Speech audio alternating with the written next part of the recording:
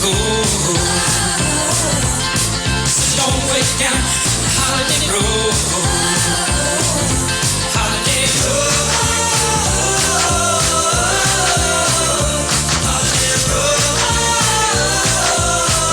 All right, 18 minutes after 11 o'clock. Thank you for tuning in. Anthony James is... Oh, wait a minute. Maybe Anthony's on the phone. Maybe we have him on the phone. I was gonna try to... What do you call it when you pinch hit for somebody? Is that what you call it? Oh, yeah, you're pinch hit for somebody? But I'm dying to talk to Anthony. Anthony, good morning. How you doing? Good morning. How are y'all? Oh, good. We were just about to fly, not solo, but without you. We were just... No, y'all can't fly without me today. The first thing we say to you is thank you. Oh, gosh, what happened on Friday? We were so worried about you. We were waiting to watch you. You were like one of the main reasons we were there. And then they said your blood pressure was too high to box. So are you okay now? Well, yeah. The first thing, I don't think a lot of us knew that we were getting all that stuff checked. But I have been sick for the last about week or so. Oh. And so with all of the medicines and stuff like I had taken some Aleve, I had taken some Dayquil and all that stuff to kind of knock this stuff out, like probably about an hour before I got there. Oh, okay. So when I got there, that medicine and all that stuff kind of just blew through my blood pressure up through the roof. So that's what it was. It was the medicines that I was taking. So where did you go? Did you go to the hospital? No, I was talking to the doctor. The doctor said, just go home and put your feet up. Oh, so you went home, put your feet up, and just called it a day. Yeah, no, I'm perfectly fine now. No, it was all of the medicines and stuff that I was on. The medicine and all that stuff really kind of played a bad part into that. So, but if I had known, I wouldn't have actually taken all of that medicine. So. Right. Well, gosh, you keep yourself healthy. We don't want something to go wrong with you. And well, that's good to hear. I was worried. We thought you went to the hospital. We weren't sure. So, no, not at all. Did you see the video we made? Because the reason I'm asking you is because your opponent that you didn't fight, I mean, he's a character. I mean, he was jumping. He was like a kangaroo. Did you see him? I did. That was hilarious. Yeah. He was jumping. What's his name? Pete Brigham. He's the state attorney's office. State attorney. Wow. Yeah, Pete. He's such a great guy. He's just a wonderful guy. And I wish I would have been in the ring with him because it would have just been so fun. He's just a really good guy. I think he would have made you laugh, and that would have been how he wins. Exactly. He was punching. He reminded me of a cartoon. You know, when cartoons are punching each other. That kind of Yeah. Well. Oh goodness. So anything you do what we were going to talk about when we didn't know you were coming in? I did a quick research, and I was going to ask Robin, and I'll ask you the best places in Florida where you could see a sunset. What for me, what I really really enjoy is the golf side.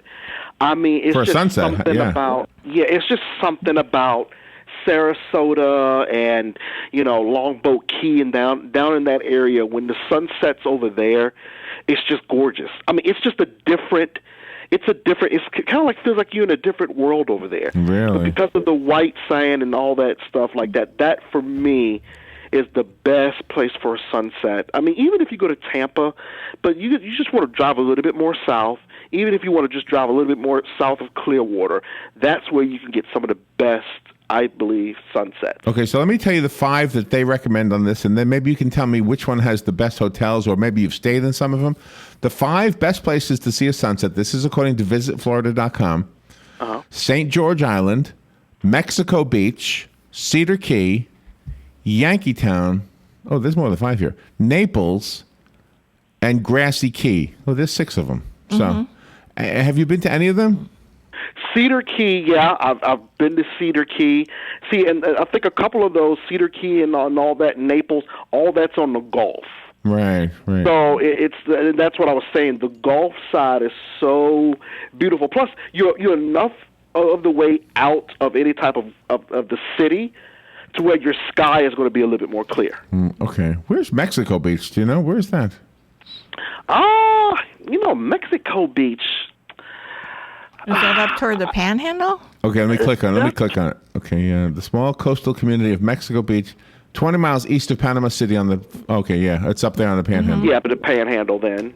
Oh wow! And everybody always brags about that area of the state. Yeah, Destin and gotta get up that there. area Yeah. in Panama City. All that stuff up there is gorgeous. It's gorgeous. It's still part of the Gulf. It's gorgeous up there. The only thing is about there, they don't have a lot of hotels, so it's always kind of expensive up there because you have not only people coming from Florida, Really? but you have people coming from Alabama and Mississippi too, and that's their closest beach that they can go to. So if I told, let me tell you what I would like, okay, and then you tell me where you would recommend. I want to see a sunset, let's say, and I want it to be in a nice hotel, and I want that hotel to have an outdoor balcony so I can watch it outdoors with my cup of coffee or whatever. Where, I would do the DoubleTree in Madeira Beach. DoubleTree, Missouri Beach. Oh, okay. DoubleTree Hotel, Madeira Beach. It's right on the ocean. It's right on the water. Madeira Beach is beautiful. They have a couple of marinas around there as well. But that DoubleTree in Madeira Beach, right on the Gulf, is probably they have the balconies to where you can go outside and drink a cup of coffee. And Oh, watch really? that. See, that just sounds so Yeah. nice. An outdoor balcony facing the water. Doesn't that Yeah. sound? Doesn't how? Is it a tall building? Does it have a lot of stories? So it can be high? Oh, I think it's about 8 or 9 stories. That's 8 or enough. 9 stories high. That's enough. Yeah. In fact, yeah. I don't want to be too high. I just don't want to be street level. Yeah. Oh, exactly. Yeah. Exactly. No, that's you get up to the 3rd or 4th floor, and then you could just see it. It's just gorgeous over there. It really is. Let me go to the phone. You have a phone call. Good morning. Thank you for calling in for waiting. Yes, good morning. Hey. Morning. Say, I just wanted to say that I hope you're feeling better, and I missed you Friday night because I had some money on you. There you go. That's funny. So that's that. Madeira Beach is where my folks first retired back in the 70s. St. John's Pass, you know that? Yeah. Yes. Yeah, beautiful area down there, and like you say, the sunsets are really super. It is gorgeous. Called is a few months back, they were talking about, not only in the paper, but I believe on this radio station, one of the programs I heard it too, about your driver's license ID was not going to be good enough to get onto an airplane, and that you'd have to go get yourself some kind of a pass. Has anything happened on that, and it will in the near future? Because I'll be doing some traveling in the States here this summer.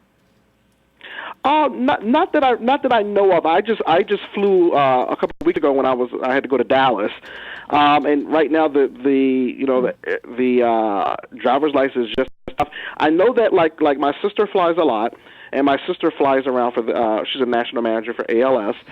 And so she flies a ton. So, but there's a fee that you can pay that you go through the TSA, the website, and you send in all your information to where you could get your background check and everything done ahead of time, so that when you actually go to airports and different airports, you're able to go through the line quicker because you don't have to be that process because you're already fingerprinted and everything like that.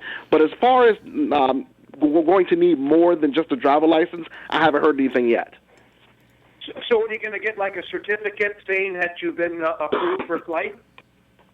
Right. I believe what the TSA does is they send you this thing in the mail, and I believe that when you go through the TSA, I think it's like a certificate or maybe some type of a card or ID that you show the TSA, and it just gets you through there a whole lot quicker. Okay, sounds good. Well, you take care of yourself now, and next year for the fights, I'm going to have some money on you, so I want you to be in good health. Well, absolutely, I appreciate it. Maybe I'll just challenge Pete Brigham to another match, just me and him somewhere. Oh, there you go. That'd be fun. Thanks Yeah. a lot. Thank you, Hugh. Okay, thank you. Appreciate the call. Thanks. Well, that really brings up an interesting point, because you used to be able to go into Canada with a driver's license, and now you can't. You need your passport. And now when you go on cruise ships, you have to have a passport too. So maybe that's the way of the world is going. Everybody needs a passport, even if you fly within the United States. Yeah, and that's the thing. I think on the cruise ships, the little ID cards is fine, but I think, but still, when you fly somewhere, I think you still need the actual passport book. So it's just it's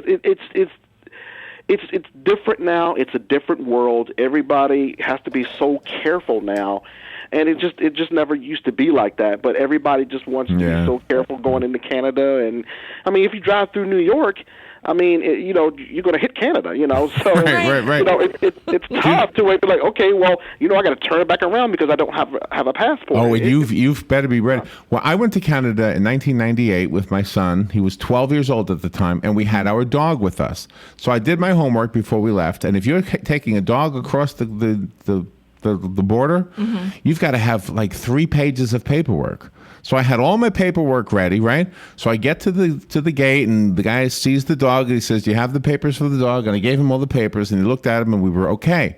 And now I'm driving in, and I said to Alex, he was 12 years old at the time, but you know, bright enough to understand this. I said, "I could be kidnapping you." They didn't ask me anything about you.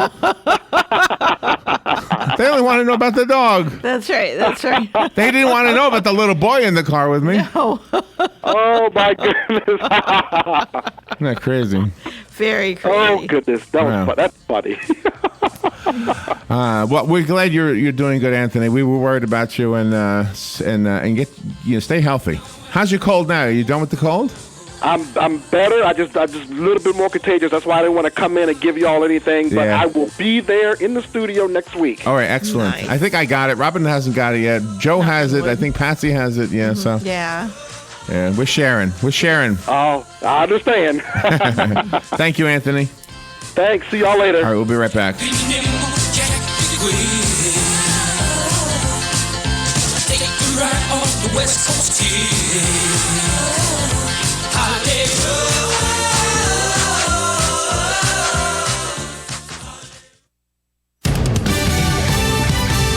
Fox News Radio, I'm Lillian Wu. After upset wins in Wisconsin by Ted Cruz and Bernie Sanders, unbound delegates could play a key role in the fight for the White House. Texas Senator Ted Cruz heads for the state GOP convention in Colorado, where he has already peeled away 6 delegates in local gatherings just in recent days. The Trump campaign admitted to me that the Cruz operation is more evolved, that the billionaire frontrunner is, quote, playing catch-up. Trump's senior advisor also believes the delegations here are playing Ted Cruz. Fox's James Rosen. The Obama administration stepping in with a lawsuit to try and kill a mega merger. The deal, first announced in 2014, included elements which had Halliburton and Baker Hughes selling smaller portions of their businesses to satisfy European and U.S. regulatory concern. Adam Shapiro with the Fox Business Network. In a crash involving Greg Allman's band in West Virginia leaves 3 crew members hurt.